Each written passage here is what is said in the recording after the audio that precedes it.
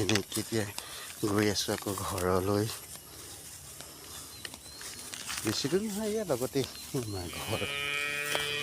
এইটো মই ৰহ নদৌৰাবি ৰহ।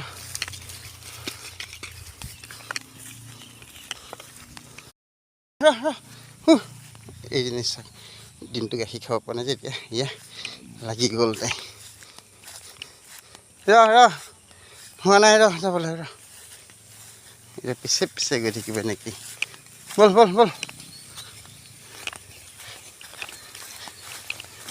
দেখিছেনে তাই গাখীৰ খুৱাইছে তাই।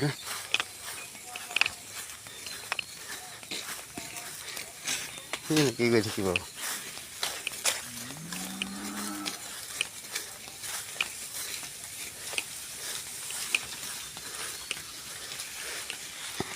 আৰু এনেকেই গৰু লৈ আহি এয়া ঘৰ পালোহি আৰু। এইয়া হৈছে আমাৰ ঘৰ। এইটো হৈছে আমাৰ ঘৰ।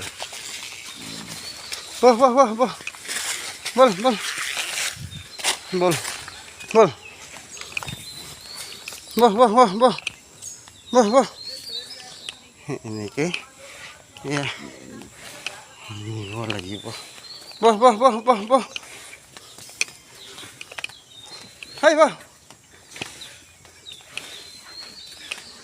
এইটোৱে হৈছে সিহঁতৰ থকা ঘৰ।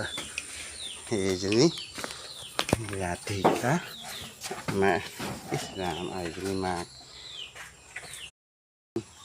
কেনেকৈ গাখীৰ খাই আছে দিনটো যে সেয়া মানে এলত লগাই থোৱা আছে। এনেই গাখীৰটো নিখীৰাই তায়ে খায়।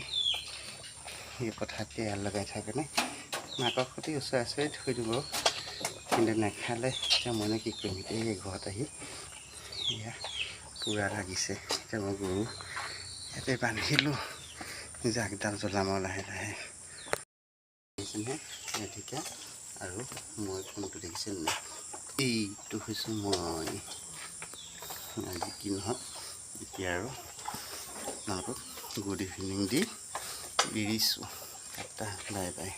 পাছত আকৌ লগ পাম। এতিয়া আপোনালোকক টাটা বাই বাই দিওঁ আৰু পাছত আকৌ লগ পাম। লগ পোৱা প্ৰতিশ্ৰুতিৰে এতিয়া বাই। এইজনী আমাৰ ৰাধিকা আৰু এইটো হৈছোঁ মই।